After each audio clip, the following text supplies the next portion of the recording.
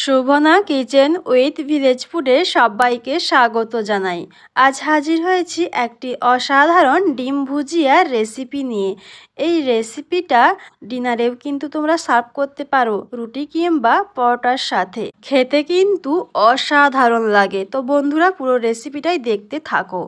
ডিম ভুজিয়া বানানোর জন্য এখানে আমি 4টে ডিমকে ফাটিয়ে নিচ্ছি। আর যারা যারা এখনও পর্যন্ত আমার চ্যানেলটিকে সাবস্ক্রাইব করনি, চ্যানেলটিকে সাবস্ক্রাইব করার জন্য অনুরোধ রইল। আর ভিডিওগুলো বেশি বেশি করে শেয়ার করতে থাকো। তো এখানে আমি 4টে ডিম ফাটিয়ে নিচ্ছি। তো 4টে ডিম আমার ফাটানো হয়ে গেছে। এবারে দিয়ে দিচ্ছি পরিমাণ মতো নুন আর পরিমাণ মতন হলুদ। নুন আর হলুদটাকে দিয়ে ভালো করে ডিমগুলোকে ফেটিয়ে নিতে হবে। তো বন্ধুরা, ডিমগুলো কিন্তু সুন্দরভাবে ফেটিয়ে নিলাম। এবারে আমি গ্যাসের মধ্যে একটা কড়াই বসিয়ে দিয়েছি। দিয়ে দিলাম সাদা তেল। তেলটাকে কিন্তু ভালো করে গরম করে নিতে হবে। এবারে দিয়ে দিচ্ছি 1/2 চামচ গোটা জিরে। জিরেগুলোকে ফোড়ন হিসেবে ভালো করে কিন্তু ভেজে নিচ্ছি। তো জিরেগুলো খুব সুন্দরভাবে কিন্তু ভাজা হয়ে গেছে। এবারে দিয়ে দেব কুচনো পেঁয়াজ। এখানে আমি 2টো বড় সাইজের পেঁয়াজকে কুচো কুচো করে কেটে নিয়েছিলাম। আর দিয়ে দিচ্ছি 2 চামচ কুচনো কাঁচা লঙ্কা। এবারে আমি এই পেঁয়াজ আর লঙ্কাটাকে ভালো করে ভেজে নেব যতক্ষণ না পেঁয়াজটা সুন্দরভাবে নরম হচ্ছে। তো পেঁয়াজটাকে সুন্দর করে নাড়াচাড়া করে নিলাম। আর বন্ধুরা, যারা যারা এখনও পর্যন্ত আমার চ্যানেলটিকে লাইক সাবস্ক্রাইব করনি, অবশ্যই কিন্তু চ্যানেলটিকে লাইক সাবস্ক্রাইব করে দিও।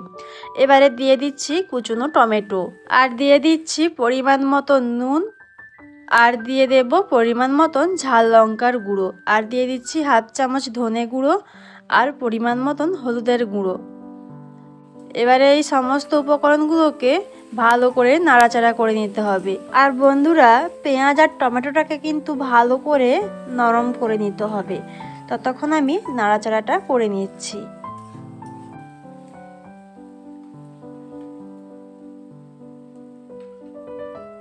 তো বন্ধুরা, এদিকে কিন্তু আমার পেঁয়াজ আর টমেটোটা কিন্তু খুব সুন্দরভাবে নরম হয়ে গিয়েছে। তো তোমরা দেখে কিন্তু বুঝতে পারছো খুব সুন্দর কিন্তু পেঁয়াজ আর টমেটোটা নরম হয়ে গিয়েছে। এবারে এর মধ্যে দিয়ে দেব ফেটিয়ে রাখা ডিম। তো ডিম আমি দিয়ে দিচ্ছি এবারে। তো ডিমটা দিয়ে কিন্তু 2 মিনিটের মতন এভাবেই কিন্তু রাখতে হবে, তবেই কিন্তু ডিমটা সুন্দরভাবে এঁটে যাবে বা টাইট হয়ে যাবে। তো ডিমটা কিন্তু সুন্দরভাবে টাইট হয়ে গিয়েছে, তোমরা দেখেই বুঝতে পারছো। এবারে একটু নাড়াচাড়া করে নিচ্ছি। আর এভাবেই কিন্তু 2 মিনিট রাখতে হবে, তবেই কিন্তু সুন্দরভাবে ডিমটা বসবে। তো বন্ধুরা, আমার এই রেসিপিগুলো তোমাদের কেমন লাগে অবশ্যই কিন্তু কমেন্ট বক্সে জানাবে। আর কিন্তু অবশ্যই চ্যানেলটিকে লাইক করবে, চ্যানেলটিকে সাবস্ক্রাইব করবে, আর পাশের বেল আইকনটিকে অবশ্যই কিন্তু প্রেস করে রাখবে। যখনই ভিডিওগুলো ছাড়বো, ভিডিও নোটিফিকেশানগুলো সবার আগে তোমাদের কাছে পৌঁছে যাবে।